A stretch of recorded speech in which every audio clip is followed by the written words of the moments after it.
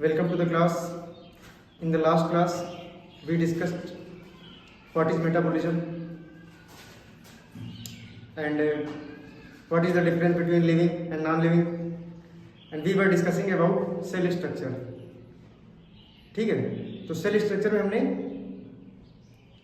Outer cover, जो cell की outer cover थी वो पढ़ लिया था, ये हमारा फिनिश हो गया था।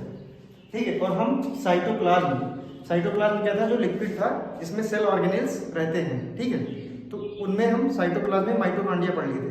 माइटोकॉन्ड्रिया के बाद आज हमारा जो दूसरा टॉपिक होगा वो होगा प्लास्टिड। क्या होगा? प्लास्टिड।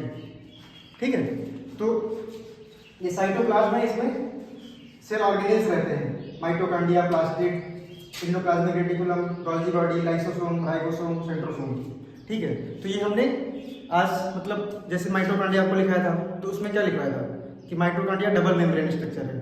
ठीक है, तो कौन डबल मेम्ब्रेन है, कौन सिंगल मेम्ब्रेन है और किसमें मेम्ब्रेन नहीं होती है, तो ये हमने यहाँ पे सेपरेट बना दिया है चार्ट, इसको आप नोट कर लीजिए। ठीक है, तो mitochondria, plastid, double membrane, right, single membrane, endoplasmic reticulum, Golgi body, lysosome, ये सब सिंगल मेम्ब्रेन स्ट्रक्चर है। और नो मेम्ब्रेन स्ट्रक्चर राइबोसोम और सेंट्रोसोम। ठीक है, इसको हमने इसलिए लिख दिया है क्योंकि ये लिखने में टाइम वेस्ट होता है, तो इसलिए हमने पहले से ही लिख दिया है। इसको दो बार आपको समझा देंगे उतने ही टाइम में, तो आपका भी फायदा हो जाएगा और समय भी कम लगेगा। ठीक है, तो डबल मेम्ब्रेन में माइटोकॉन्ड्रिया हमने पढ़ लिया था, प्लास्टिड पढ़ना है। ठीक, तो प्लास्टिड केवल प्लांट में होते हैं। कहाँ होते हैं? केवल और केवल प्लांट में होते हैं प्लास्टिड। प्लास्टिड का क्या काम होता है? प्लास्टिड का काम होता है कलर देना, मतलब रंग देना। जैसे पत्तियों का रंग हरा होता है, तो प्लास्टिड पिगमेंट देगा। कौन सा पिगमेंट? क्लोरोफिल, जिसकी वजह से पत्तियों का रंग हरा होगा। ठीक है, इसी तरह फलों के रंग कोई पीला होता है, कोई लाल होता है। ये सब किसकी वजह से होता है? ये सब प्लास्टिड की वजह से होता है। ठीक है, तो जैसे घर में हमारे पेंट है, घर का रंग जो हम जिस कलर का पेंट चढ़ाएंगे उसी कलर का हमारा घर होगा। ठीक है, सेम वे में जो पौधों में कलर आता है, प्लांट्स में जो कलर आता है वो प्लास्टिड की वजह से आता है। ठीक है, तो प्लास्टिड तीन तरह के होते हैं। Chloroplast, chromoplast, leucoplast. Chloroplast, chromoplast और ल्यूकोप्लास्ट। ये थोड़ा मतलब डेटा वाला है, इसको आप 2-3 बार पढ़ेंगे तो हो जाएगा, फिर भी हम 2 बार इसको समझाएंगे कम से कम। क्लोरोप्लास्ट ये कौन से कलर का पिगमेंट देता है? ग्रीन कलर का पिगमेंट देता है। ठीक है, क्लोरोप्लास्ट। इसका पिगमेंट का नाम क्या होता है? Chlorophyll pigment. पत्तियों का रंग हरा होता है, किसकी वजह से? क्लोरोफिल पिगमेंट की वजह से होता है हरा। ठीक है, फंक्शन, इसका फंक्शन होता है फोटोसिंथेसिस। प्लांट्स में फूड कैसे मिलता है? तो फोटोसिंथेसिस से मिलता है। सनलाइट आती है, पड़ती है और सूर्य के प्रकाश की उपलब्धता में पौधे अपना भोजन बनाते हैं, फोटोसिंथेसिस। ठीक है, उसके बाद दूसरा है प्लास्टिड, क्रोमोप्लास्ट। दूसरा प्लास्टिड है क्रोमोप्लास्ट। तो क्रोमोप्लास्ट 2 तरह के पिगमेंट देगा, एक कैरोटीन, एक जेंथ्रोफिल। कैरोटीन की वजह से ऑरेंज रेड। जैसे कि ऑरेंज रेड क्या होता है? Papaya orange red, mango orange red. ठीक है, जब आम कच्चा होता है तो वो हरे कलर का होता है। ठीक है, जब आम कच्चा होता है तब वो हरे रंग का होता है, लेकिन बाद में उसका कलर बदल जाता है ऑरेंज रेड। तो कौन से पिगमेंट की वजह से बदलता है? तो उस पिगमेंट का नाम है कैरोटीन। क्या नाम है? Carotene, right. तो फ्रूट्स के कलर डिसाइड करता है, कैरोटीन ही होता है। येलो, जेंथ्रोफिल, मतलब क्रोमोप्लास्ट एक जेंथ्रोफिल पिगमेंट देगा जिसका कलर येलो होता है। ठीक है, और हेल्प इन फोटोसिंथेसिस। क्या करेगा? फोटोसिंथेसिस में हेल्प करेगा। बात समझ में? अगला ल्यूकोप्लास्ट कोई पिगमेंट नहीं देता है। जब कोई पिगमेंट नहीं देगा तो कोई कलर भी नहीं होगा, ठीक है, कलरलेस होता है। लेकिन ये क्या करता है, इसका काम है ल्यूकोप्लास्ट का स्टोरेज ऑफ स्टार्च और फूड, स्टोरेज ऑफ स्टार्च और फूड। जैसे आलू में बहुत ज़्यादा स्टार्च होता है ना, वो कोई कलर भी नहीं होता है, तो किसकी वजह से होता है वो, ल्यूकोप्लास्ट की वजह से। किसकी वजह से, ल्यूकोप्लास्ट की वजह से। तो आपको समझ में आ गया, क्लोरोप्लास्ट, क्रोमोप्लास्ट, ल्यूकोप्लास्ट, ठीक है। इनकी वजह से पौधों और फल का, पौधे और फल का कलर डिसाइड होता है। ये पिगमेंट है, जैसे हमारी शर्ट हरे कलर की है तो इसमें हरा रंग है ना, हमारा घर सफेद रंग का है, ठीक है। तो इसी तरह प्लांट्स में कलर कैसे मिलते हैं, तो प्लास्टिक की वजह से कलर डिसाइड होता है, ठीक।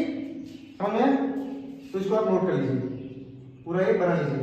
सेल वॉल मतलब हाँ साइटोप्लाज्म, ये वाला चार्ट आप बना लीजिए और ये वाला अपने रजिस्टर में नोट कर लीजिए इसको, ठीक। नोट करिए, फिर इसको एक बार और से समझाते हैं।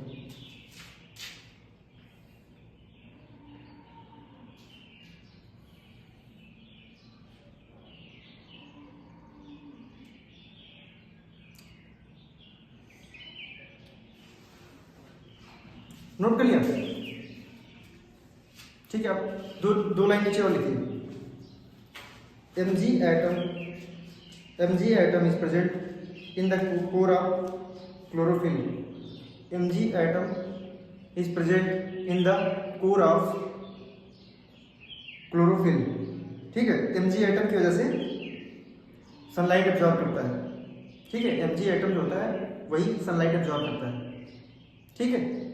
नेक्स्ट, कैरोटीन कन्वर्ट्स, ये वाला जो कैरोटीन है, carotene converts into vitamin A, vitamin A retinol. Vitamin A का रासायनिक नाम क्या है, retinol. Carotene converts into vitamin A in our liver, in our liver, जो हमारा लिवर है उसमें कन्वर्ट हो जाता है। क्या, कैरोटीन, किसमें, विटामिन ए में। विटामिन ए की कमी से रतौंधी हो जाती है ना, कलर रतौंधी और ब्लाइंडनेस इफेक्ट पड़ जाता है, कलर ब्लाइंडनेस भी हो जाता है, ठीक है, विटामिन ए की कमी से। सोर्सेस क्या होते हैं, गाजर, वो हम आगे पढ़ेंगे। पीले फल,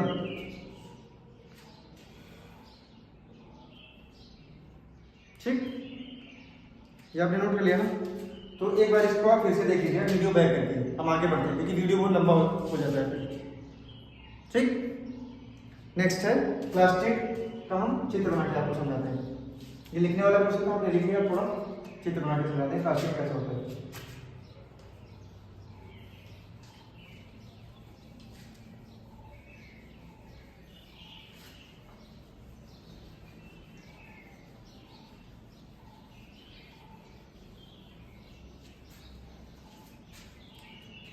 स्ट्रक्चर ऑफ प्लास्टिक,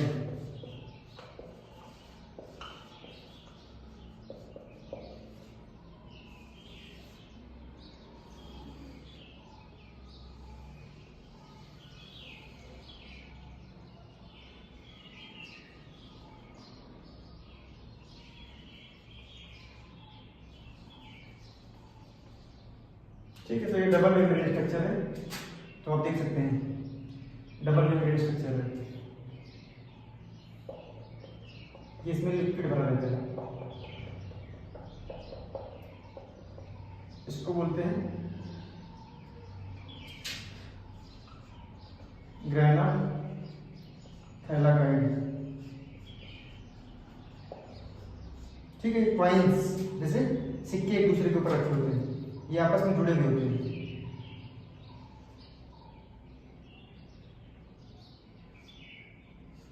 ठीक है। ये है डबल मेम्ब्रेन।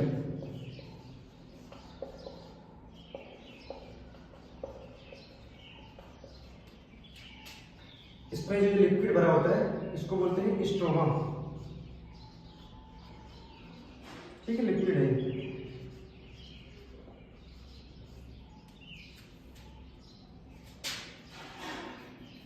ये चित्र बना लीजिए।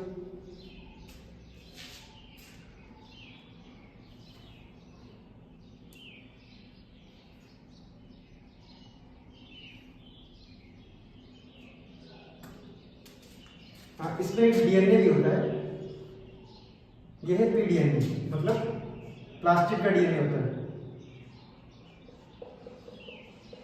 प्लास्टिड का डीएनए होता है पीडीएनए, ठीक है। ये सेमी ऑटोनोमस स्ट्रक्चर होता है, जैसे माइटोकॉन्ड्रिया में डीएनए था, माइटोकॉन्ड्रिया में डीएनए था, सेमी ऑटोनोमस स्ट्रक्चर था ना उसका, सेमी ऑटोनोमस, सेम उसका भी सेमी ऑटोनोमस।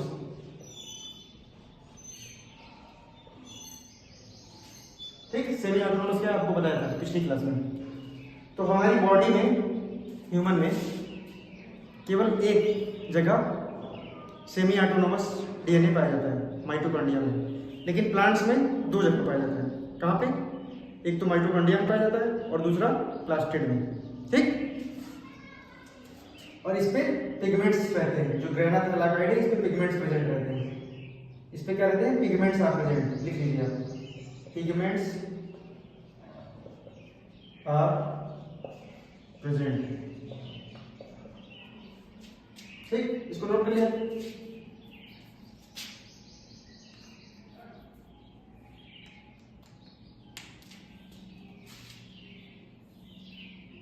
नोट कर लेना। अब अगली हेडिंग लगी other plants pigments, other plants pigments, other plants pigments.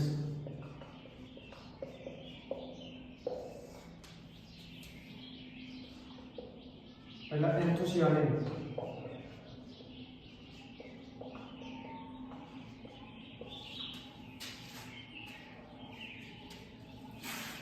Anthocyanin,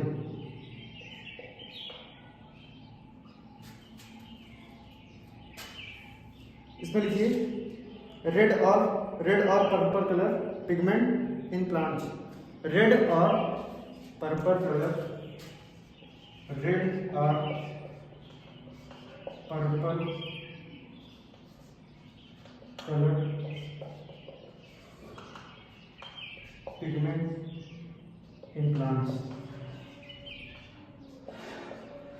ठीक। तो ये लाल रंग का है, पर्पल रंग का पिगमेंट्स एंथोसियानिन दे रहे हैं। दूसरा है लाइकोपीन,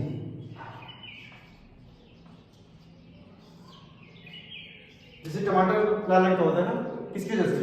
एंथोसियानिन की वजह से। टमाटर का रंग लाल होता है, किसी किसी आम में भी लाल रंग का आम होता है, एंथोसियानिन की वजह से। लाइकोपीन, लाइकोपीन में लिखिए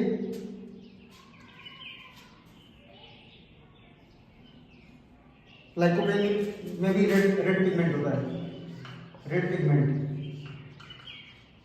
है ना, इसमें भी होता है, इसमें भी होता है, sorry red pigment of tomato. Anthocyanin की वजह से भी लाल होता है और लाइकोपीन की वजह से, जैसे सेब का रंग लाल होता है एंथोसियानिन की वजह से, है ना, सेब का रंग लाल होता है एंथोसियानिन की वजह से। और टमाटर का जो रेड पिगमेंट है, टमाटर का रेड पिगमेंट किसकी वजह से होता है? लाइकोपीन की वजह से, ठीक। तो लाइकोपीन एक बहुत अच्छा एंटीऑक्सीडेंट है। क्या है? एंटीऑक्सीडेंट। लाइकोपीन ये जो है is a very good antioxidant, is a very good antioxidant, ठीक। ये कैंसर से लड़ने में मदद करता है, लाइकोपीन कैंसर से लड़ने में मदद करता है। तो एंटीऑक्सीडेंट क्या होते हैं? एंटीऑक्सीडेंट बीमारियों से लड़ने में मदद करते हैं, ठीक है।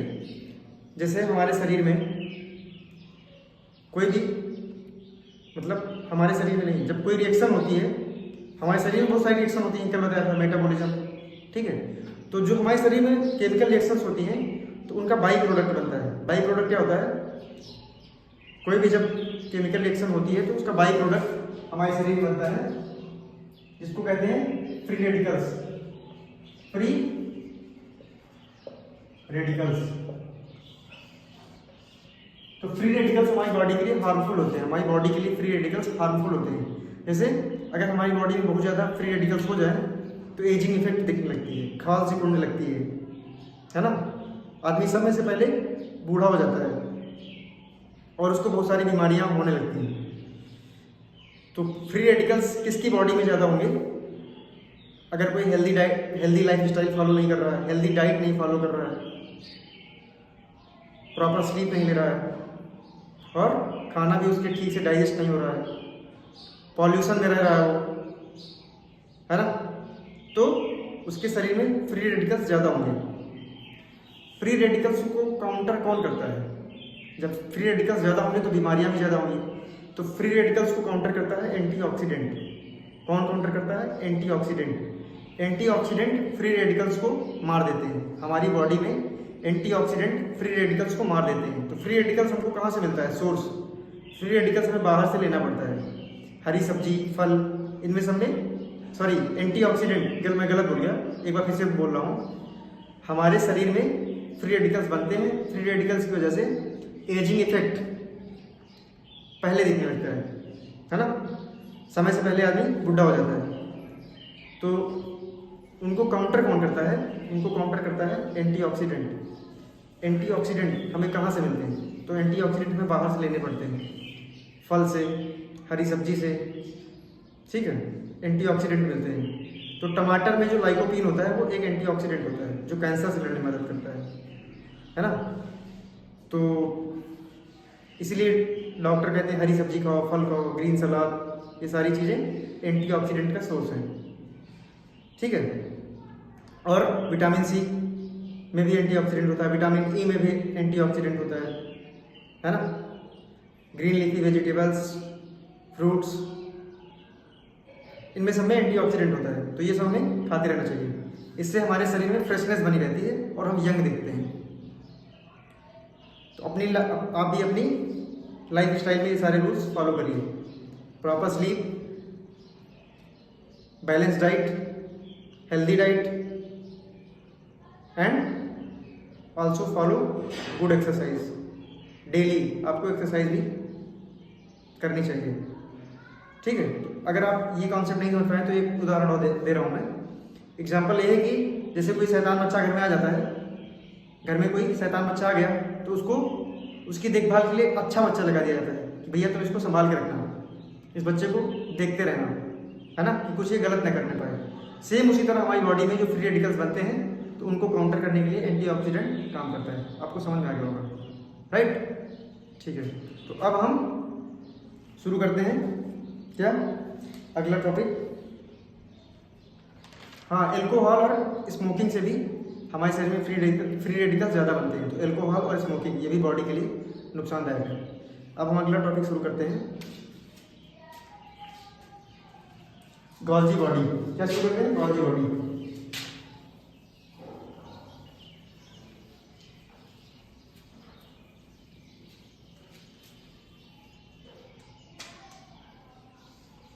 गॉल्जी बॉडी, ठीक है। तो गॉल्जी बॉडी और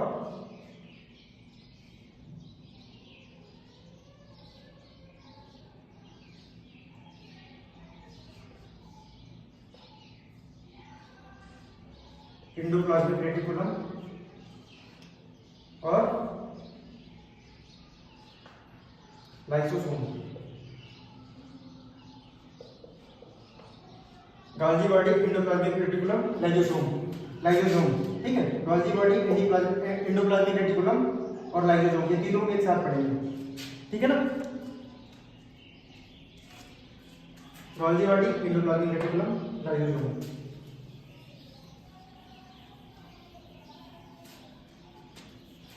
तो इसको हम चित्र के माध्यम से समझेंगे, फिगर के माध्यम से बहुत ही अच्छे समझ आएगा। तो हमने सेल का स्ट्रक्चर देखा था, सेल का स्ट्रक्चर कल देखा था। एक प्लांट सेल भी बनाई थी और एक एनिमल सेल भी बनाई थी। तो ये दोनों सेल्स हमने देखे थे, है ना। तो हम यहां से शुरू करते हैं।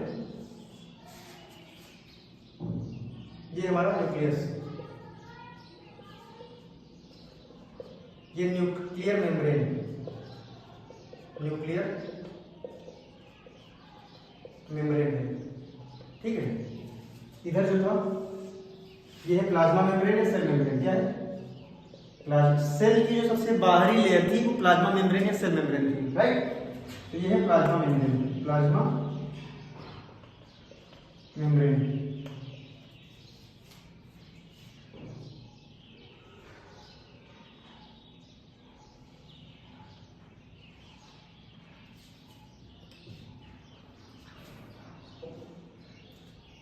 तो जो न्यूक्लियस होता है हमारी बॉडी में, न्यूक्लियस का क्या रोल होता है? न्यूक्लियस एक कंट्रोल करता है पूरी सेल को। जो सेल का जो न्यूक्लियस होता है वो पूरी सेल को कंट्रोल करता है।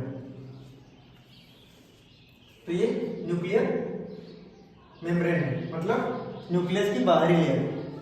इसकी बाहर से स्टार्ट हो जाती है कुछ pipe like structure, small pipe like structure, है ना। ये स्टार्ट हो जाती है पाइप लाइक स्ट्रक्चर। ये पाइप है, छोटी छोटी पाइप लाइक स्ट्रक्चर। देखिए पाइप है ना,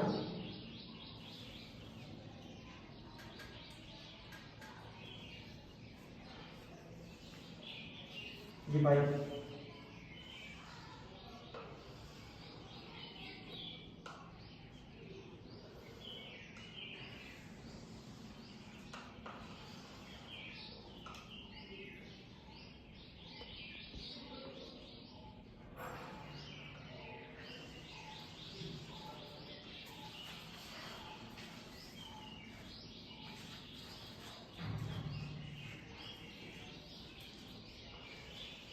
ये पाइप लाइक स्ट्रक्चर कई बार ये कहां तक चली जाती है?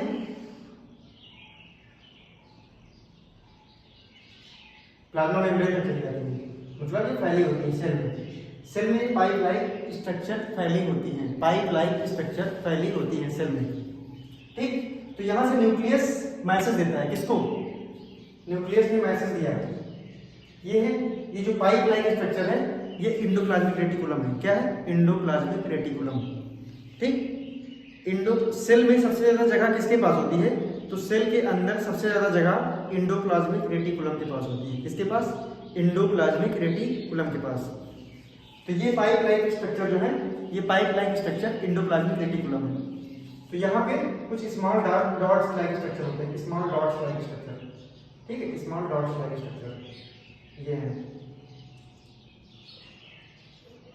तो ज्यादा मात्रा में स्मॉल डॉट्स लाइक स्ट्रक्चर होते हैं पाइप में, और कुछ पाइप पे नहीं भी होते हैं। ज्यादा पाइप पे क्या होता है? स्मॉल डॉट लाइक स्ट्रक्चर, जैसे ये।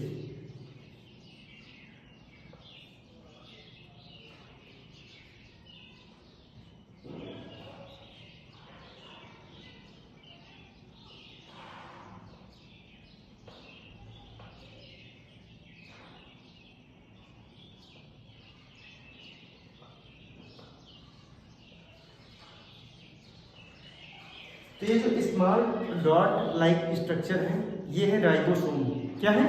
राइबोसोम। क्या है? राइबोसोम। ये है राइबोसोम। तो इनको हम क्या कहते हैं? जो स्मॉल डॉट लाइक स्ट्रक्चर वाली, ये पूरा क्या है? ये पूरा है ER, इंडोप्लाज्मिक रेटिकुलम, पूरा कंप्लीट इंडोप्लाज्मिक रेटिकुलम है, ठीक। लेकिन जो जिन पे डॉट है, हम दो तरह के एंडोप्लाज्मिक रेटिकुलम देखते हैं, एक जिस पे डॉट है, एक जिस पे डॉट नहीं है। तो जो ये डॉट है ये वाली होती है रफ एंडोप्लाज्मिक रेटिकुलम, और जिनमें डॉट नहीं है, ये कौन सी वाली है? ये है स्मूथ। क्या है? Smooth endoplasmic reticulum. ये वाला है न्यूक्लियस, ये है पूरा इंडोप्लाज्मिक रेटिकुलम। इंडोप्लाज्मिक रेटिकुलम दो तरह की होती है। पहली है रफ ER जिसपे डॉट्स है। ये डॉट्स क्या है? ये डॉट्स राइबोसोम है। क्या है? राइबोसोम। क्या है? राइबोसोम। ये डॉट्स, स्मॉल डॉट्स क्या है? राइबोसोम, ठीक है। उसके बाद ये स्मूथ ER है, ये इस पे राइबोसोम नहीं होता है। आगे इनका भी फंक्शन बताएंगे। तो ये जो रफ ER है, रफ ER इसमें राइबोसोम के साथ में होती है। ये प्रोटीन सिंथेसिस का काम करती है। क्या काम करती है? Protein synthesis. प्रोटीन हमारी बॉडी में बहुत ही ज़्यादा जरूरी होता है। बॉडी के लिए हमारी प्रोटीन बहुत ज़्यादा जरूरी होता है। क्यों? क्योंकि जो हमारा प्रोटीन से हमारा बॉडी स्ट्रक्चर पूरा बना है। स्किन किसकी बनी है? प्रोटीन की बनी है। बाल प्रोटीन के बने हैं, ठीक है। कोई भी body organ, body structure, muscle protein की बनी है ना। हमारी बॉडी के सारे पार्ट्स प्रोटीन के बने हैं, ठीक है। और हमारी बॉडी को कंट्रोल कौन कर रहा है? तो हमारी बॉडी को या तो एंजाइम कंट्रोल कर रहा है या तो हार्मोन कंट्रोल कर रहा है, ठीक है। तो जितने भी एंजाइम हैं, जितने भी एंजाइम वो किसके बने हुए हैं, वो प्रोटीन के बने हुए हैं, ठीक है। और बहुत सारे हार्मोन भी किसके बने हुए हैं, प्रोटीन के बने हुए हैं। तो हमारी बॉडी में प्रोटीन का बहुत ज़्यादा इम्पोर्टेंस है, ठीक है। और ये प्रोटीन बनाता कौन है, प्रोटीन बनाने की फैक्ट्री राइबोसोम, प्रोटीन बनाने की फैक्ट्री कौन है, राइबोसोम। ये छोटे छोटे जो डॉट्स हैं वाले, ये प्रोटीन बनाने की फैक्ट्री है, राइबोसोम। और प्रोटीन का काम आपको पता चल गया। प्रोटीन बनाता कैसे है, तो जो न्यूक्लियस है ये डायरेक्ट करता है किसको, हाँ, जो ये प्रोटीन बनाने की फैक्ट्री है कहाँ इंस्टॉल है, एंडोप्लाज्मिक रेटिकुलम पे स्टार्ट है, मतलब इंस्टॉल है। जैसे हमारे घर में अभी हम रहते हैं तो हमारा घर है, लेकिन अपने घर में फैक्ट्री लगा सकते हैं तो फैक्ट्री बन जाएगी, ठीक है। तो ये है एंडोप्लाज्मिक रेटिकुलम पे राइबोसोम डॉट्स में अवेलेबल रहते हैं, ठीक है। ये प्रोटीन बनाने का काम करते हैं। तो ये न्यूक्लियस है, न्यूक्लियस डायरेक्ट करता है किसको, राइबोसोम को, कि भैया प्रोटीन बनाओ। ये डायरेक्ट करता है किसको, ये कहता है किसको, क्योंकि न्यूक्लियस में होता है डीएनए, डीएनए पे इंफॉर्मेशन लिखी होती है, मतलब डीएनए जीन, डीएनए के अंदर जीन। तो जीन में जो इंफॉर्मेशन लिखी होती है वो अपने हिसाब का प्रोटीन बनाना चाहता है ना, अपने हिसाब का प्रोटीन बनाना चाहता है। जैसे बाल है तो बाल का प्रोटीन बनाना चाहेगा, स्किन है स्किन का प्रोटीन बनाना चाहेगा। तो जो ये न्यूक्लियस इंफॉर्मेशन डायरेक्ट करेगा किसको, राइबोसोम को, कि भैया प्रोटीन बनाओ, तो ये प्रोटीन बनाना शुरू करेगा, प्रोटीन बनाना शुरू करेगा, ठीक। तो ये प्रोटीन बनाया, अब प्रोटीन इन्हीं पाइपलाइन स्ट्रक्चर में भर जाएगा, ये प्रोटीन इसी पाइपलाइन स्ट्रक्चर में भर जाएगा, ठीक है। ये बनाएगा इस पाइपलाइन स्ट्रक्चर में भर जाएगा, है ना। ये क्या है, प्रोटीन है, ये सब भर जाएगा इसमें इसमें इसमें इसमें इसमें भर जाएगा। इधर चला आएगा प्रोटीन, इधर आ जाएगा। अब जब ये फुल हो जाएगा यहाँ तक, तो उसके बाद बबल्स के रूप में बाहर आने लगेगा पाइप से, पाइप से बबल्स के रूप में प्रोटीन आने लगेगा बाहर, है ना। ये प्रोटीन के बबल्स हैं, ये बाहर आने लगेगा, ठीक है। और प्लस फिर ये बबल आपस में जुड़ जाएंगे, तो ये है ऐसे जुड़ जाएंगे, बड़े बड़े बबल्स हो जाएंगे प्रोटीन के, और कुछ छोटे छोटे भी रहेंगे, है ना। तो ये प्रोटीन के बड़े बड़े बबल्स हो गए। तो जो प्रोटीन के बड़े बड़े बबल्स हो गए, इनको हम क्या कहते हैं, इनको कहते हैं गोल्जी बॉडी। क्या कहते हैं, गोल्जी बॉडी। ये है गोल्जी बॉडी। क्या है,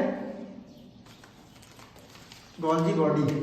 इसको हम दूसरे रंग से लिख रहे हैं, गोल्जी बॉडी,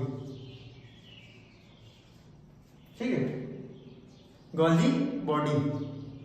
और ये कुछ छोटे छोटे बबल्स रह गए, तो ये गोल्जी बॉडी एक प्रोटीन बनाएगा, गोल्जी बॉडी एक प्रोटीन बनाएगा,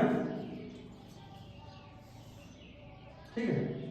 ये प्रोटीन बना देगा, मतलब एक एंजाइम बना देगा। एंजाइम क्या है, प्रोटीन, सभी एंजाइम प्रोटीन होते हैं, ठीक है। तो एक ये वाला प्रोटीन बना दिया एंजाइम, इस पे बहुत ही खतरनाक एंजाइम बना है ना। इसका क्या, इसको क्या कहते हैं, इसको कहते हैं lysosome, lysosome, lysosome, lysosome, lysosome. क्या कहते हैं, लाइजोसोम, लाइजोसोम, ठीक है। तो आपको ये तीनों चीज समझ आ गई ना, endoplasmic reticulum, Golgi body, lysosome, ये तीनों चीजें समझ आ गई। और ये हमारा जो डॉट लाइक स्ट्रक्चर है, स्मॉल डॉट लाइक स्ट्रक्चर, ये स्मॉल डॉट लाइक स्ट्रक्चर, ये क्या है, राइबोसोम। क्या है, राइबोसोम। क्या है, राइबोसोम।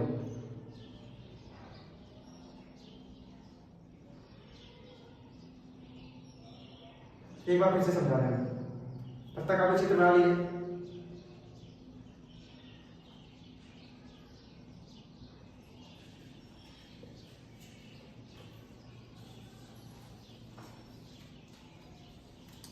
तो हमारे सेल में जो न्यूक्लियस है, ठीक है, चित्र बना लिया होगा आपने।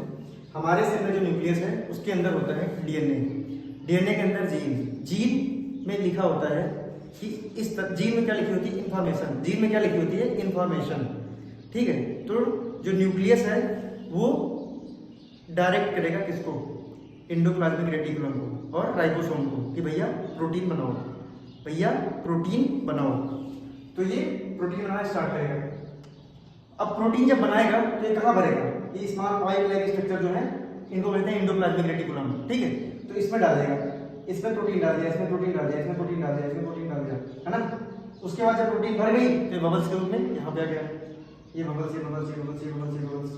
अब जब बबल्स बड़े बड़े हो जाएंगे, सारे जुड़ गए, ठीक है, तो ये गोल्जी बॉडी, ये क्या है, गोल्जी बॉडी, ये सारे बबल्स आपस में जुड़ जाते हैं और कुछ छोटे भी रह जाते हैं। तो जैसे इसको बना दिया गोल्जी बॉडी ने एंजाइम, बहुत ही हार्ड एंजाइम, जिसको बोलते हैं लाइसोसोम। क्या बोलते हैं, लाइसोसोम, है ना।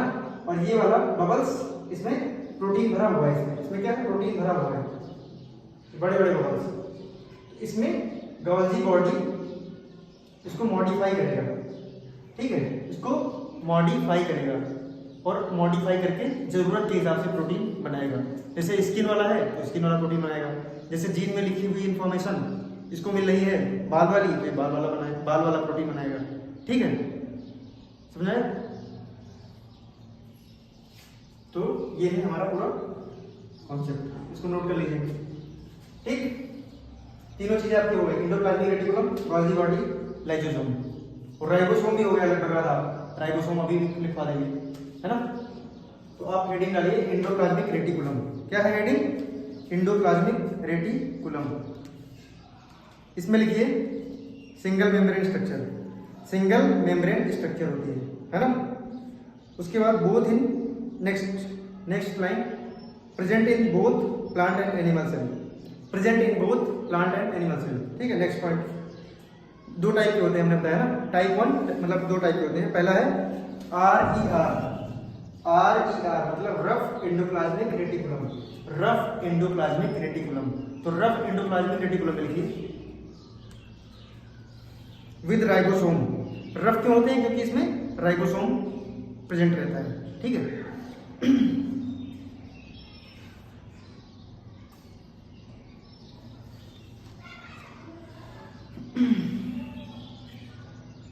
तो रफ ER में लिखिए प्रोटीन सिंथेसिस। फंक्शन क्या होता है रफ ER का, function, rough ER function protein synthesis along with ribosome, protein synthesis along with ribosome. दूसरा है SER मतलब smooth endoplasmic reticulum, SER smooth endoplasmic reticulum. तो ये लिपिड सिंथेसिस का काम करते हैं, क्या, किसका, लिपिड सिंथेसिस का काम करते हैं, मतलब फैट के सिंथेसिस में कौन सा काम करेगा, फैट के सिंथेसिस में, तो स्मूथ एंडोप्लाज्मिक रेटिकुलम। तो ज्यादा मात्रा में क्या होता है, ज्यादा मात्रा में रफ ER होते हैं, रफ एंडोप्लाज्मिक रेटिकुलम। क्यों, क्योंकि हमारे शरीर में प्रोटीन की बहुत ज्यादा मात्रा में जरूरत पड़ती है, ठीक है, और कम मात्रा में SER मतलब स्मूथ एंडोप्लाज्मिक रेटिकुलम, क्योंकि फैट की जरूरत तो हमें प्रोटीन से कम पड़ती है, प्रोटीन की ज्यादा पड़ती है, ठीक। तो स्मूथ ER में लिखिए without ribosome, smooth ER without ribosome.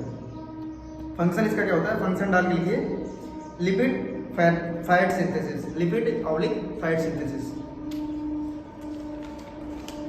ठीक है। Next heading Golgi body, next heading है गोल्जी बॉडी, है ना।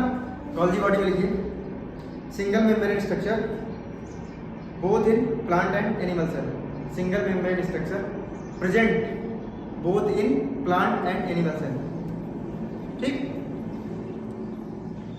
फंक्शन, फंक्शन है storage modification packaging, storage modification packaging and delivery of protein, and delivery of protein made by rough endoplasmic reticulum, ठीक है।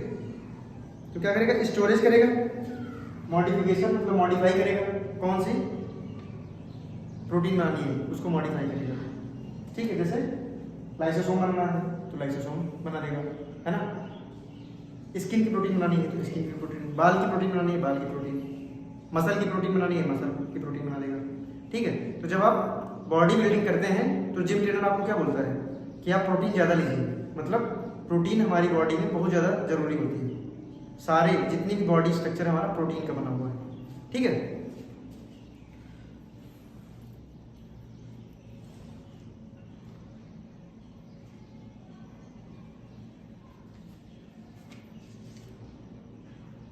तो ये लिखवाने की जरूरत है क्या, प्रोटीन वाला, चलो प्रोटीन वाला लिखवा देते हैं, ये चित्र बन गया ना। चलो लाइसोसोम भी लिख लीजिए, हाँ प्रोटीन ऐसे डाल के लिखिए प्रोटीन। प्रोटीन के मेनली दो काम होते हैं, ये यहाँ पे थोड़ा मिटा दे रहे हैं, प्रोटीन, प्रोटीन के दो काम। पहला structure of the body, structure of the body, जो हमारी बॉडी का स्ट्रक्चर है वो पूरा प्रोटीन ही है, ठीक, प्रोटीन का बना हुआ है। दूसरा enzyme and hormone, enzyme and hormone. तो हमारी बॉडी का स्ट्रक्चर प्रोटीन बनाता है, और जो पूरी बॉडी को कंट्रोल कौन करता है? तो हमारी बॉडी में बहुत सारे एंजाइम हैं, बहुत सारे हार्मोन हैं। तो सारे एंजाइम और मैक्सिमम हार्मोन, मतलब ज़्यादा से ज़्यादा हार्मोन किसके बने होते हैं? प्रोटीन के ही बने होते हैं, है ना। तो हमारी बॉडी को कंट्रोल भी कर रहा है और हमारी बॉडी का स्ट्रक्चर भी बना रहा है, मतलब प्रोटीन, प्रोटीन हमारे लिए बहुत ज़्यादा जरूरी है, ठीक। तो याद रखिए। नेक्स्ट हेडिंग है लाइसो, लाइजोजोम, लाइजोजोम क्या है? लाइजोजोम, लाइजोजोम हेडिंग डालिए, उसमें लिखिए originates from Golgi body, originates from Golgi body, ठीक है। आपने देखा है गोल्जी बॉडी ही इसको बना रहा है, लाइजोसोम को, है ना। Next suicide bag of the cell, suicide bag of the cell, इसको सेल का सुसाइड बैग कहते हैं। क्यों? क्योंकि अगर ये फट जाए तो पूरा सेल खत्म, ये अगर फटेगा तो पूरा सेल खत्म। सुसाइड बम्बर है, सुसाइड बम्बर जैसे अपना तो मरता है, साथ में जो भी उसके चपेट में रहता है वो भी चला जाता है। तो ये क्या है? सुसाइड बम्बर है। लेकिन क्या इसको बोलते हैं? Suicide bag of the cell. लेकिन इसकी एक खासियत होती है, इसकी खासियत क्या होती है? इन्वर्टर लगता है डिस्चार्ज हो गया, तो आप लोगों को दिखने में थोड़ा समस्या होगी। अभी शायद 10-5 मिनट के बाद लाइट आ जाएगी, ठीक है, पावर सप्लाई फिर से आ जाएगी। तो हम क्लास को कंटिन्यू रखते हैं। 1 मिनट जरा देख लें क्या कुछ दिख रहा है, नहीं दिख रहा है।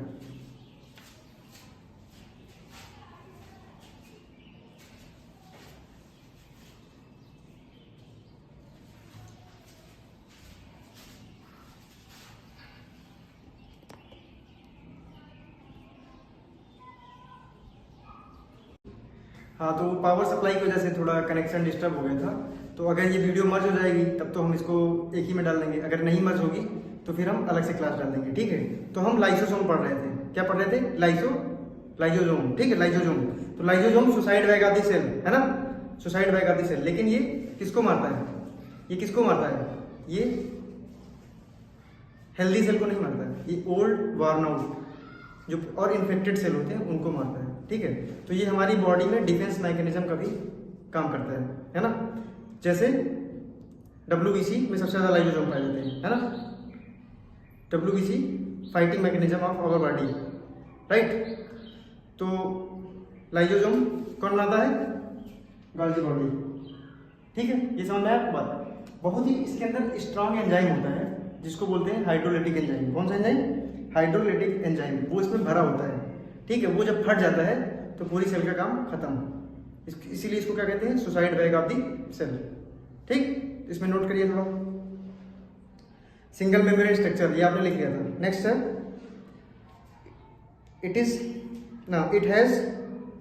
it has very strong enzyme which can kill the cell, that is why this is called suicide bag of the cell, ठीक। Next point, lysosome plays important role. It kills only old, worn out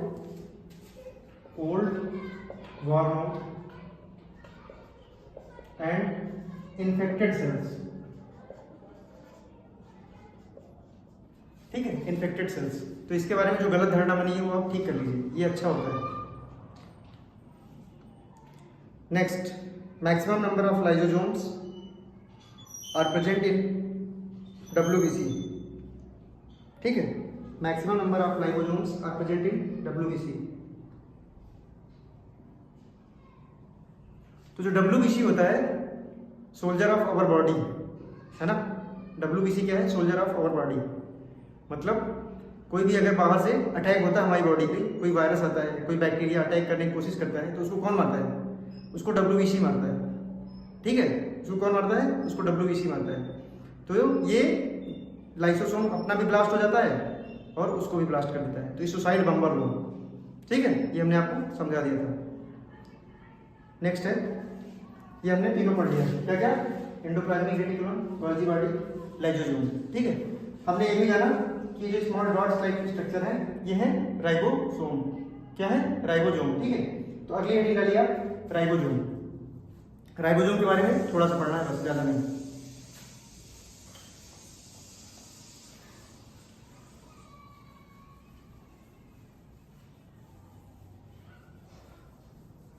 चक्कर छत पे चले जाओ,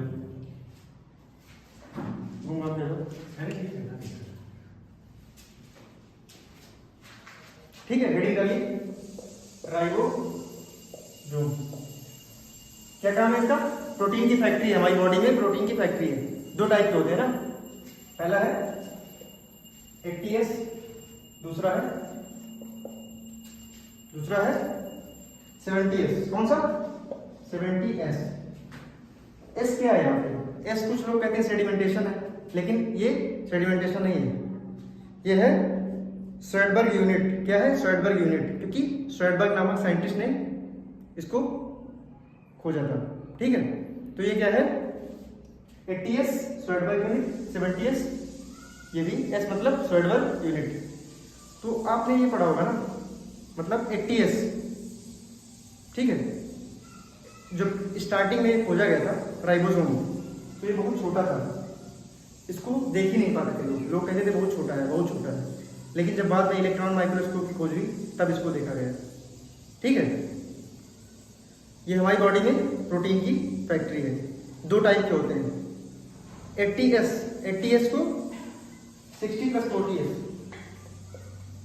60S + 40S, 60S और 40S मिलकर क्या बनाते हैं, 80S। इसी तरह 70S 30S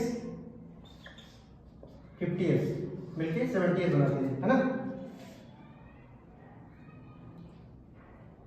40S और 60S, 40S 60S 80S, 30S 50S 70S।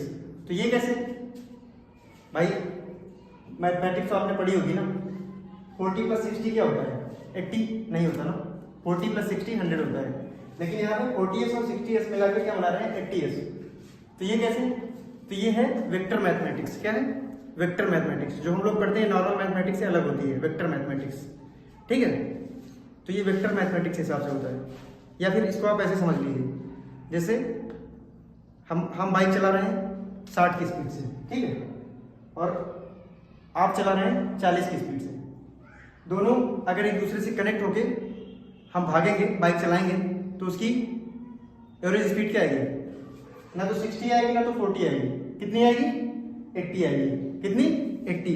तो ये समझ में आया आपको, टाइप्स ऑफ राइबोसोम्स, ठीक है, 80S और 70S। तो जो 80S होता है ये ऑल प्लांट्स एंड एनिमल्स, कहां पर किसमें पाया जाता है, ऑल प्लांट्स एंड एनिमल, ठीक है, मतलब मेनली यूकैरियोट्स में पाया जाता है, ठीक। और ये जो 70S होता है ये बैक्टीरिया में पाया जाता है, bacteria, blue green algae,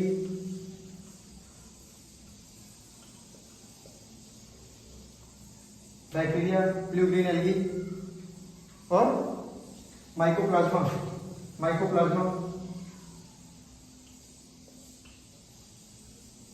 smallest cell होती है ना, माइकोप्लाज्मा की सेल होती है, स्मॉलेस्ट सेल होती है।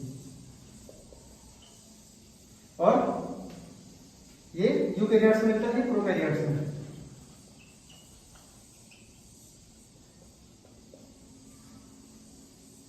यूकैरियोट्स और प्रोकैरियोट्स में अंतर पता है ना, सेल में होता है ना, सेल दो टाइप की होती है, प्रोकैरियोट्स और यूकैरियोट्स, ठीक है।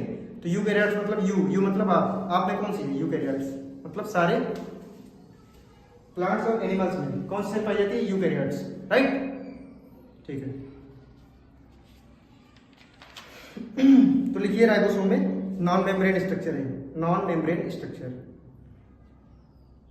इंडोप्लाज्मिक रेटिकुलम, गोल्जी बॉडी और लाइसोसोम, ये कौन सा सिंगल मेम्ब्रेन स्ट्रक्चर था। लेकिन राइबो जो कौन सा स्ट्रक्चर है, तो नो मेम्ब्रेन स्ट्रक्चर, ठीक है। फंक्शन इसका प्रोटीन सिंथेसिस आपको बता ही दिया है, और इसका केमिकल कंपोजिशन जो होता है, केमिकल कंपोजिशन है आरएनए प्लस प्रोटीन, दोनों मिला के राइबो न्यूक्लियोप्रोटीन, ठीक है, इसका केमिकल कंपोजिशन होता है। समझ में आया आपको। नेक्स्ट है सेंट्रोसोम का क्या काम होता है, सेल डिवीजन का काम करता है, कौन, सेंट्रोसोम। तो हेडिंग डालीजिए सेंट्रोसोम, इसमें लिखिए पहला पॉइंट नॉन मेम्ब्रेनस स्ट्रक्चर, ठीक है, तो इसमें भी कोई मेम्ब्रेन नहीं होती है, जैसे राइबोसोम में नहीं होती थी, इसमें भी नहीं होती है। नेक्स्ट है केमिकल कंपोजिशन, ट्यूबुलिन प्रोटीन का बना होता है, किसका, ट्यूबुलिन प्रोटीन का।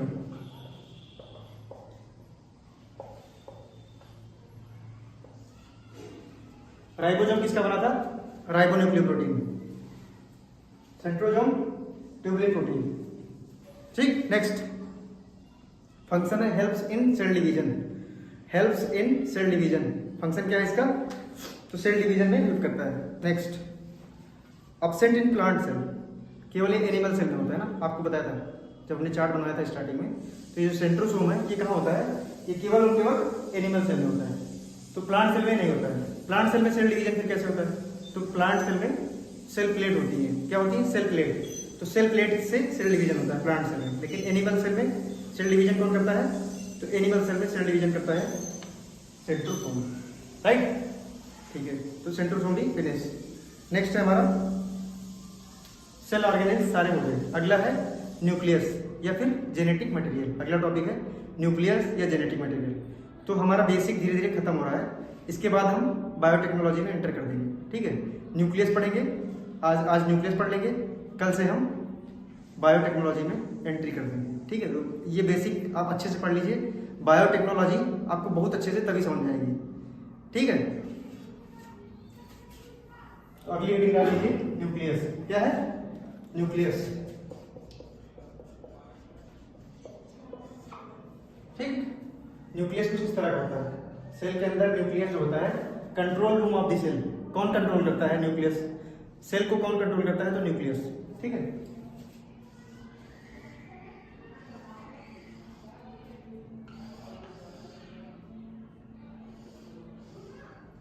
ठीक, इसके अंतर्गत एक ये पाया जाता है, कुछ लिक्विड भरा होता है, इसका कुछ स्ट्रक्चर इस तरह से होता है, और इसमें ये कुछ थ्रेड लाइन स्ट्रक्चर होती है, इसको बोलते हैं क्रोमैटिन, क्या बोलते हैं, क्रोमैटिन, ठीक है। और ये जो है डॉट, इसको बोलते हैं न्यूक्लियोप्लाज्म,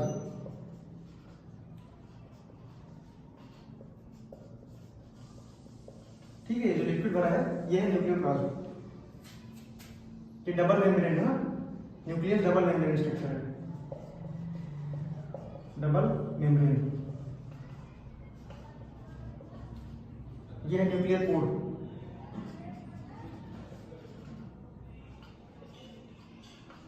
ठीक है। तो ये चित्र बना लीजिए, फिर इसको अच्छे से समझते हैं।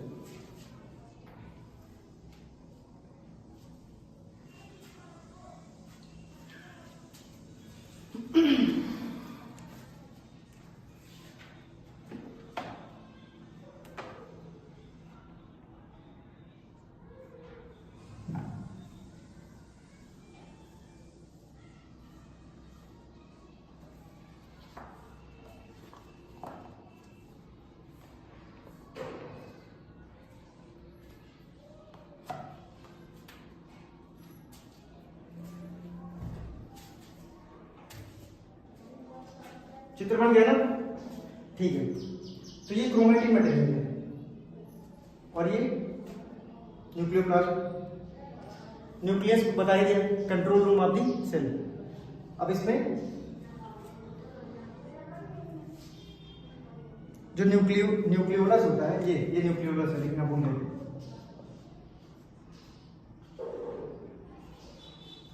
ठीक है, न्यूक्लियोलस।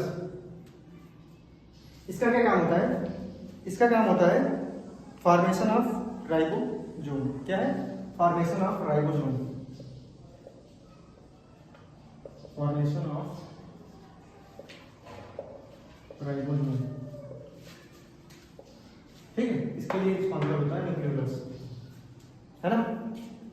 मेनली सबसे मेन पार्ट इसमें होता है क्रोमेटिन। क्या है मेन पार्ट? क्या है? क्रोमेटिन। क्रोमेटिन। तो क्रोमेटिन देखिए, थ्रेड लाइक जो स्ट्रक्चर है, ये क्रोमेटिन है। ठीक है, तो क्रोमेटिन में मेनली दो चीजें होती हैं, एक जेनेटिक मटेरियल होता है, एक नॉन जेनेटिक मटेरियल होता है। चित्र बन गया होगा, तो इसको हम मिटा देंगे। जो थ्रेड लाइक स्ट्रक्चर है क्रोमेटिन, इसमें मेनली दो चीजों से बना होता है। ठीक है, एक है जेनेटिक मटेरियल,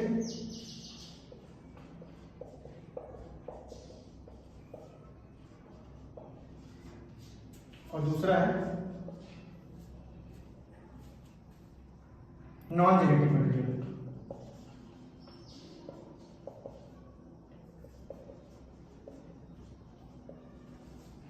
तो इसमें जेनेटिक मटेरियल जो होता है वो थ्रेड लाइक स्ट्रक्चर जो होता है डीएनए।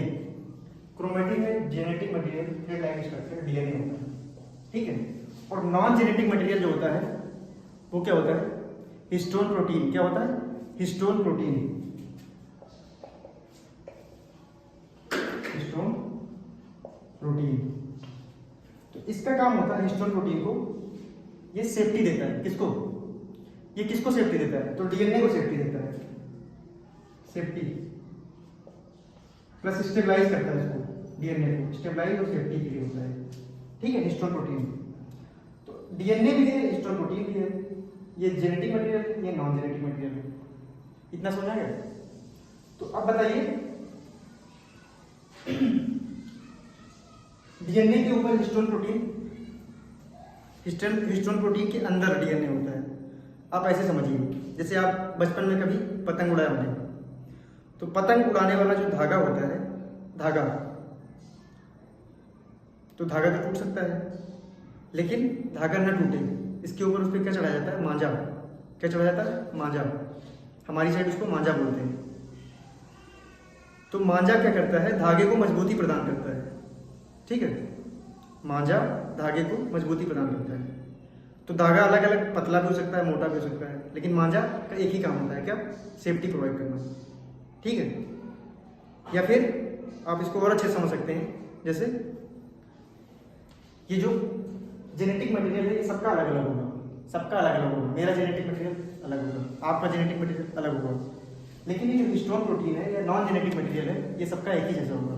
ठीक है, तो आप जैसे हाई स्कूल पास हैं, इंटर पास हैं, है ना, 10th और 12th आप पास हैं, जो भी आपका CGPA हो, या अगर यूपी बोर्ड से हैं तो जो भी परसेंटेज हो, वो सबका अलग अलग होता है।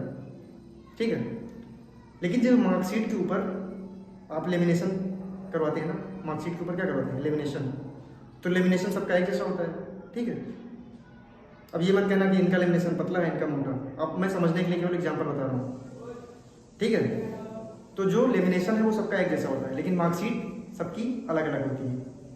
क्या अलग? या तो नंबर अलग होंगे, या तो सब्जेक्ट अलग होंगे। अगर सब्जेक्ट भी सेम है तो नंबर अलग अलग होंगे, अगर नंबर भी सेम है तो नाम अलग अलग होगा, अगर नाम भी सेम है तो रजिस्ट्रेशन नंबर या रोल नंबर कुछ ना कुछ तो डिफरेंट होगा ही होगा उसमें। ठीक है, तो डीएनए जेनेटिक मटेरियल सबका अलग अलग होता है, लेकिन हिस्टोन प्रोटीन सबकी एक ही होती है। कॉन्सेप्ट समझ में आया? ठीक है, हिस्टोन प्रोटीन किस लिए चढ़ाई जाती है? सेफ्टी और स्टेबलाइज के लिए, है ना। तो ये आप नोट कर लीजिए इसको।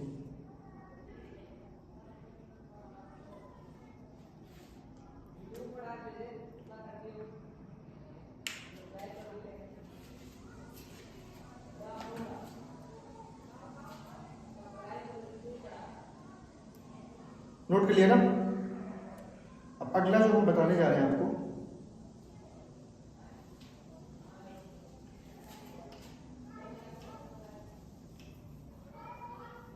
बहुत ही इंपॉर्टेंट है। बायोटेक्नोलॉजी का बेस यहीं से स्टार्ट होता है। क्रोमेटिन क्रोमेटिन आपको पता ही चल गया, डीएनए प्लस हिस्टोन प्रोटीन, मतलब अभी जो हमने पढ़ा था ना थ्रेड लाइक स्ट्रक्चर, कहाँ होती है? न्यूक्लियस में क्रोमेटिन होता है ना, तो उसमें डीएनए होता है प्लस हिस्टोन प्रोटीन होता है। तो क्रोमेटिन क्या है और डीएनए क्या है? ठीक है, क्रोमेटिन क्या है, डीएनए क्या है, जीन क्या है और क्रोमोसोम क्या है।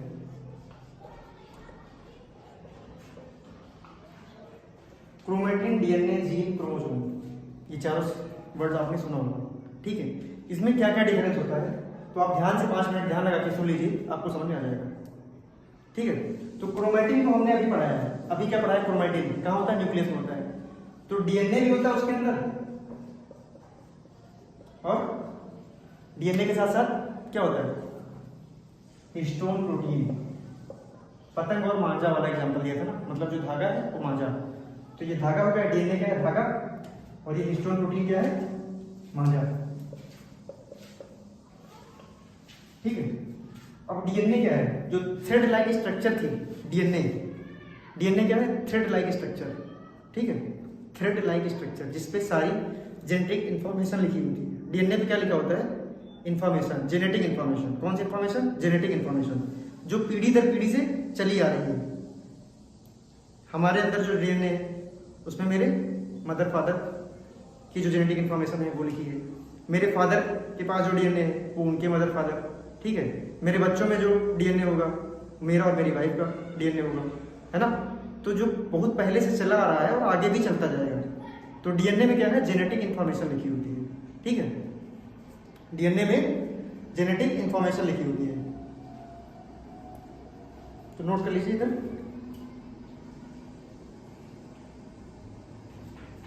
डीएनए क्या है? Thread like structure, thread like structure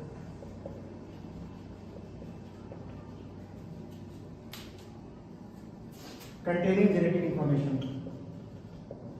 containing genetic information। ठीक है, ये बात समझ आई आपको? Thread like structure containing genetic information. तो ये जो थ्रेड लाइक स्ट्रक्चर देखिए ना, ये क्या है? ये डीएनए थ्रेड लाइक स्ट्रक्चर ना, ये धागे की तरह दिख रहा है, इसमें सारी जेनेटिक इंफॉर्मेशन लिखी है जो कि बहुत इंपॉर्टेंट होती है ना। अब सुनिए, ये तो थ्रेड हो गया, लेकिन आपने क्या डिजाइनर थ्रेड देखा है? डिजाइनर थ्रेड, तो डिजाइनर थ्रेड वो होता है, नॉर्मल थ्रेड तो एक ही रंग का होता है, लेकिन डिजाइनर थ्रेड थोड़ा हरा, यहाँ से यहाँ तक हरा। एक मिनट, मार्कर हम चेंज कर देते हैं कलर, ताकि आपको और अच्छे से समझ में आ जाए। मार्कर कहाँ गया? मार्कर भी जेब में। ठीक है, ये रहा, ये यहाँ तक हरा, ये काला। ठीक है, सपोज करिए ये रेड है, ये लाल है, ये फिर काला, ये हरा, ये सफेद, है ना, ये फिर काला। तो ये डिजाइनर थ्रेड है, मतलब अलग अलग रंगों का है, अलग अलग रंगों का थ्रेड है ना। तो ये जो अलग अलग टुकड़े दिख रहे हैं इसमें, ये इसके थ्रेड के सेगमेंट है। एक सेगमेंट ये, एक सेगमेंट ये, एक सेगमेंट ये, एक सेगमेंट ये। ठीक है, ये सबसे जुड़ के क्या बना है? थ्रेड। तो ये जो जीन होता है ये और कुछ नहीं, ये सेगमेंट ऑफ डीएनए, मतलब सेगमेंट ऑफ डीएनए, मतलब डीएनए का सबसे छोटा टुकड़ा जो होता है वो जीन होता है ना। Segment of DNA, segment of DNA is called gene, segment of DNA. जैसे ये वाला डिजाइनर थ्रेड का कॉन्सेप्ट है ना, तो ये एक जीन हो गया। ठीक है, ये दूसरा जीन हो गया, ये तीसरा जीन हो गया। इस पे लिखा है, इस हर जीन पे अलग अलग डेटा लिखा होता है, हर जीन पे अलग अलग जेनेटिक इंफॉर्मेशन लिखी होती है। जैसे इस जीन पे लिखा है कि हमारी बॉडी का कलर ऐसा होगा, किसी और आदमी का जीन है तो उस पे लिखा है इसका कलर और अच्छा होगा, है ना। हमारी जीन पे लिखा है कि हमारी आंखों का कलर काला होगा। किसी, मान लीजिए मोनालिसा अभी वायरल हुई थी कहाँ? महाकुंभ के मेले में, तो उसकी जो आंखों का कलर क्या था? अजीब ही था, रंगीन था, है ना, जो भी कलर था। तो ये कैसे डिसाइड होता है? ये डीएनए से डिसाइड होता है। जैसे डीएनए तो एक बहुत ही कॉमन टर्म है ना, लोग आजकल कह देते हैं तुम्हारा मुंह ऐसे बना है, फादर से मैच करता है। ठीक है, तो तुम्हारा डीएनए जो फेस वाला डीएनए है वो कहाँ से है? वो फादर से है, इसका मतलब ये वो, ठीक है। या तुम्हारी नाक मदर से मैच कर रही है, तो जो नाक वाला इंफॉर्मेशन थी जीन की वो कहाँ से है? जो नाक वाली जीन की इंफॉर्मेशन थी वो मदर साइड से है, ठीक है। आपका मान लीजिए दादी से भी मैच करता है, किसी किसी का दादा से भी मैच करता है, तो जहाँ से इंफॉर्मेशन आती है वहीं से वो मैच करता है। हाँ, जैसे आपका किसी से नहीं मैच कर रहा, ना मदर से ना फादर से, तो कई बार क्या होता है जब मदर और फादर दोनों मिलकर एक नया कॉम्बिनेशन बना देते हैं, है ना, तो नई इंफॉर्मेशन भी बन जाती है, ठीक है। समझ में आया या फिर से समझाएं? अगर नहीं समझ आया तो वीडियो बैक करके फिर से देख लीजिए। तो एक सेगमेंट पे एक इंफॉर्मेशन लिखी हुई होती है, ठीक है। उसी हिसाब से मतलब हमारा जो सेल होता है, सेल के अंदर डीएनए होता है, डीएनए का जो एक सेगमेंट होता है वो जीन होता है, ठीक है। जीन पे सारी इंफॉर्मेशन लिखी होती है, एक जीन पे एक इंफॉर्मेशन, दूसरी जीन पे दूसरी इंफॉर्मेशन, तीसरी जीन पे तीसरी इंफॉर्मेशन। तो इस तरह एक सेल में 30,000 जीन पाई जाती है। कितना? 30,000 जीन्स, 30,000 जीन्स, 30,000 जीन्स एक सेल में पाई जाती है। कितनी जीन्स? 30,000 जीन्स। और वही जीन जो 30,000 जीन एक सेल में है, तो हमारी बॉडी में ट्रिलियंस ऑफ सेल्स है। कितनी? Trillions of cells. तो हर सेल में वही जीन पाई जाएगी, हर सेल में वही जीन ना। जीन जो कहाँ से पाई है? जेनेटिक है, मतलब फादर मदर साइड से, ठीक है। तो ये आप 30,000 जीन पाई जाती है। इसको हम अभी और लिखवा देंगे आपको कॉपी में। नेक्स्ट है क्रोमोजोम। जीन आपको समझ में आ गया होगा मेरे हिसाब से, ठीक है। अब है क्रोमोजोम। तो क्रोमोजोम क्या है? जब आप मार्केट जाते हैं डिजाइनर थ्रेड लेने, तो बहुत सारा थ्रेड है, मान लीजिए इतना सारा थ्रेड है, तो आपको दुकानदार कैसे देगा? आपको दुकानदार ऐसे नहीं दे देगा ना, एक गुल्ली पे लपेट के देगा। मान लीजिए यहाँ से लपेटना शुरू किया, पूरा लपेट के देगा, ठीक है। तो एक मिनट हम बता रहे हैं। मान लीजिए ये थ्रेड था डिजाइनर थ्रेड, ठीक है। ये इसका जीन थे डिजाइनर थ्रेड पे, ये जीन अवेलेबल है इस पे। इसको जब कंप्रेस किया ऐसे बन गए, है ना, और ज्यादा लपेटा और कंप्रेस किया ऐसे हो गया, ठीक है। सुपर कंप्रेस स्टेट में ये ऐसे बन गया, मान लीजिए पूरा गुल्ली लपेट गई। सुपर कंप्रेस स्टेट में ये ऐसे हो गया,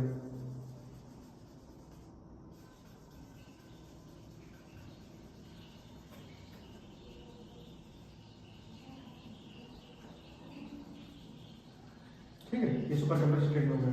तो जीन तो इसमें भी थी, इस पे भी थी, इस पे भी थी, लेकिन यहाँ पे भी जीन होगी, वो बिल्कुल डॉट लाइक स्ट्रक्चर होगी, है ना। ये डॉट लाइक स्ट्रक्चर है जीन, ये डॉट लाइन जो स्ट्रक्चर है छोटी, मतलब इसको थोड़ा बड़ा बना है, लेकिन ये समझ आ गया ना? सही है, समझ आ रहा है? कुछ कोई क्वेश्चन?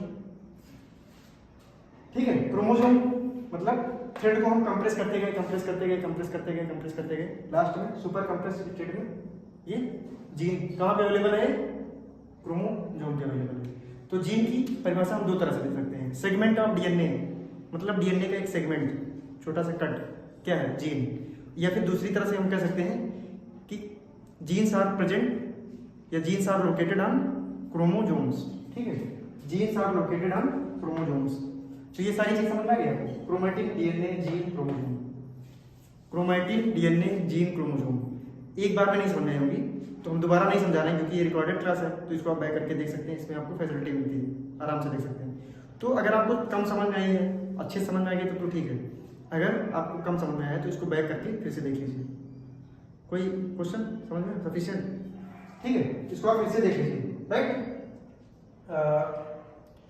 क्योंकि ये बेस ऑफ बायोटेक्नोलॉजी, अगर ये समझ में आ गया तो आपको बायोटेक्नोलॉजी बहुत ज़्यादा इंटरेस्टिंग लगेगी, ठीक है। तो थोड़ा लिख लीजिए इसमें, उसके बाद हम क्लास को खत्म करते हैं।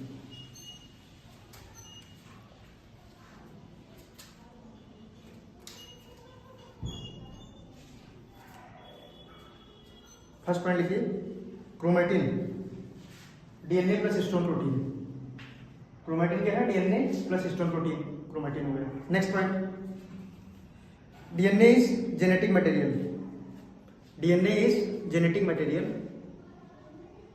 where instructions are written to carry out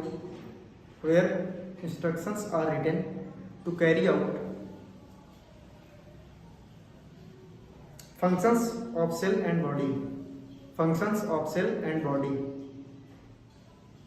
next point, a segment of DNA, a segment of DNA is known as gene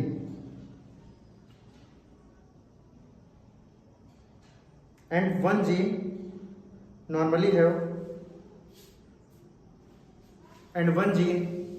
have characters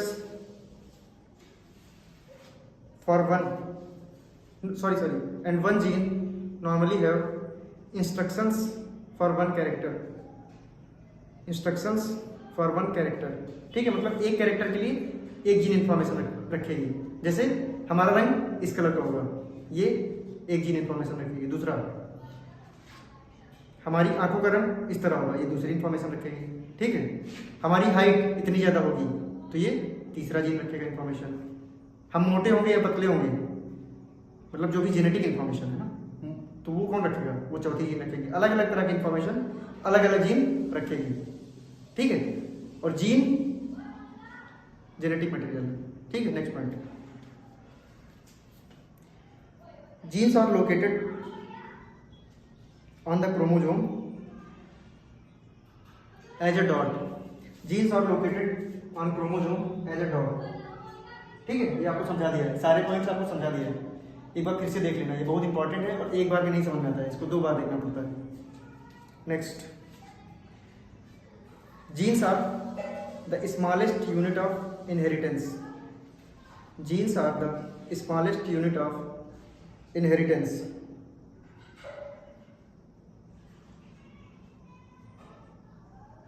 genes are smallest unit of the genes are the smallest unit of inheritance। ठीक है, तो हमारी आंखों का gene, मतलब आँख काली है तो आंखों का जीन पापा की साइड से है। फेस का रंग ऐसा है, फेस जीन मम्मी के साइड से है, या किसी का कहाँ से है ना, तो मतलब कई बार न्यू कॉम्बिनेशन हो जाता है। ठीक, नेक्स्ट पॉइंट,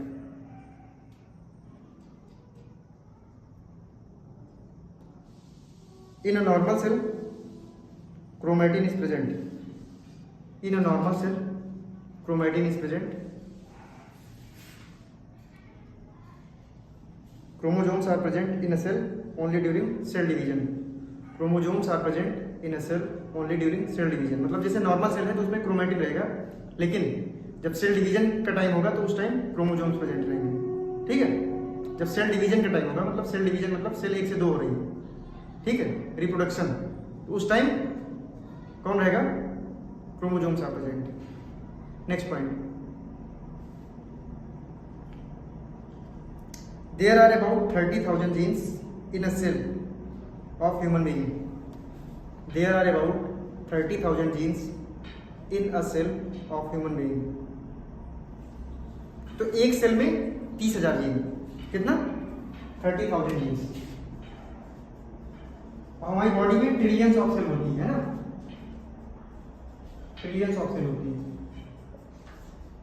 ठीक है, ट्रिलियंस ऑफ सेल, तो मतलब हर सेल में 30,000 जीन, जो कि सेम जीन है, हर सेल में सेम जीन अवेलेबल रहेंगे, लेकिन एक्टिव नहीं रहते सारे, ये आगे बताएंगे क्लास में।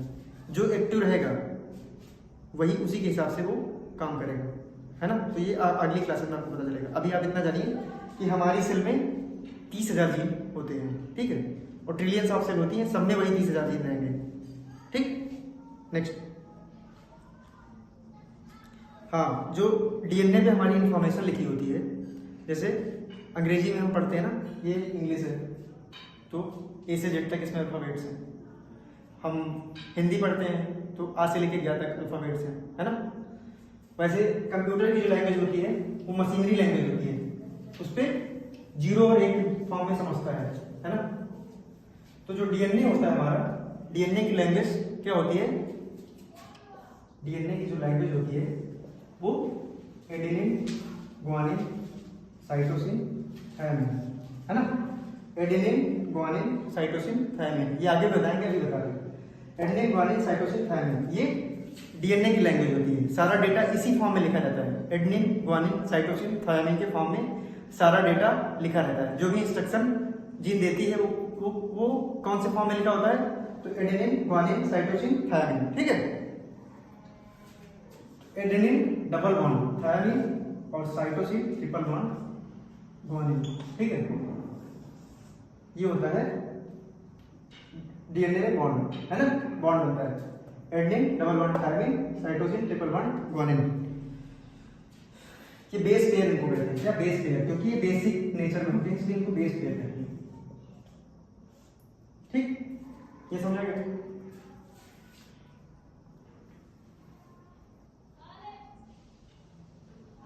तो जीन पे जो भी इंफॉर्मेशन लिखी होती है, जो भी इंफॉर्मेशन जीन पे लिखी होगी उसी हिसाब से डीएनए कमांड देगा। किसको कमांड देगा? राइबोसोम को। उसी हिसाब से डीएनए कमांड देगा राइबोसोम को प्रोटीन बनाने के लिए ना। जो इंफॉर्मेशन लिखी, जैसे ये आंख वाली, आंख का रंग काला होगा, सपोज करिए लिखा है जीन पे आंख का रंग काला होगा, जीन पे लिखा है, तो डीएनए ने किसको डीएनए ये इंफॉर्मेशन राइबोसोम को देगा कि आंख की जीन बनाइए आप, है ना, काले रंग की। तो जो प्रोटीन बनेगी, मतलब उसी के बेस पे प्रोटीन बनाएगा, तो हमारी आंखों का रंग काला होगा। समझे यार? ठीक है। तो ये बात आपको समझ आई जो पहले बोला, हम लोग अलग अलग बने, अलग अलग दिखते हैं ना। क्यों? क्योंकि हमारी जीन्स अलग अलग हैं, तो हमारी बॉडी में अलग अलग प्रोटीन बन रही है, तो अलग अलग जब प्रोटीन बन रही है तो हम लोग अलग अलग दिखते हैं। अगर सेम प्रोटीन बने तो हम सेम दिखें, लेकिन कोई भी दो बंदे इस संसार में ऐसे नहीं जिनकी जीन सेम हो, है ना, जिनकी जीन सेम हो। अगर सेम जीन होगी तो सेम प्रोटीन बनाएंगे, जब सेम प्रोटीन बनाएंगे तो सेम दिखेंगे। लेकिन जब जीन ही नहीं सेम होते हैं, जो दो सगे भाई होते हैं उनमें भी जेनेटिक डिफरेंस होता है थोड़ा बहुत, तो अलग अलग दिखते हैं। यही रीजन है ना। DNA having different recipes, according to that recipe protein is formed and according to the instruction body structure is formed, ठीक है। मतलब डीएनए एक रेसिपी है जिसपे अलग अलग इंस्ट्रक्शन लिखे हैं, उसी के हिसाब से बॉडी स्ट्रक्चर बनता है। तो ये आपको समझ में आया होगा, बहुत अच्छे से हमने समझाने की कोशिश की, बहुत इजी वे में। ये है डीएनए की लैंग्वेज। इसी तरह आप पढ़ते रहिए। आज बायोटेक्नोलॉजी की दूसरी क्लास फिनिश हो गई है और बहुत ही इजी वे में समझाने की कोशिश की है हर कॉन्सेप्ट को। अगर आपको समझ में आया है तो आप कमेंट में लिख दीजिए, ठीक है, मज़ा आया, अच्छा लगा, जो भी लिखना है लिख दीजिए। और अगर जो नहीं समझ में आया है उसको आप उसको भी लिख दीजिए, ठीक है। हाँ, थोड़ा लाइव चली गई थी तो ये बीच में इशू आ गया था, लेकिन हम कोशिश करते हैं ये वीडियो मर्ज करने की। अगर मर्ज हो गया तो ठीक है, अगर नहीं हुआ तो ये अलग अलग आपको अलग अलग फॉर्म में मिलेगी, है ना। अच्छे से पढ़ते रहिए और प्रॉपर स्लीप वेल, ईट वेल, एक्सरसाइज वेल, और यूपीएससी की तैयारी करते रहिए आराम से। जो जितना डेली पढ़ाया जा रहा है उतना पढ़ते रहिए, और हम आपका ज़्यादा टाइम वेस्ट नहीं करेंगे क्योंकि काफ़ी लंबी क्लास हो गई है, ठीक है। तो हम यहीं पे फिनिश करते हैं। चलिए, थैंक यू।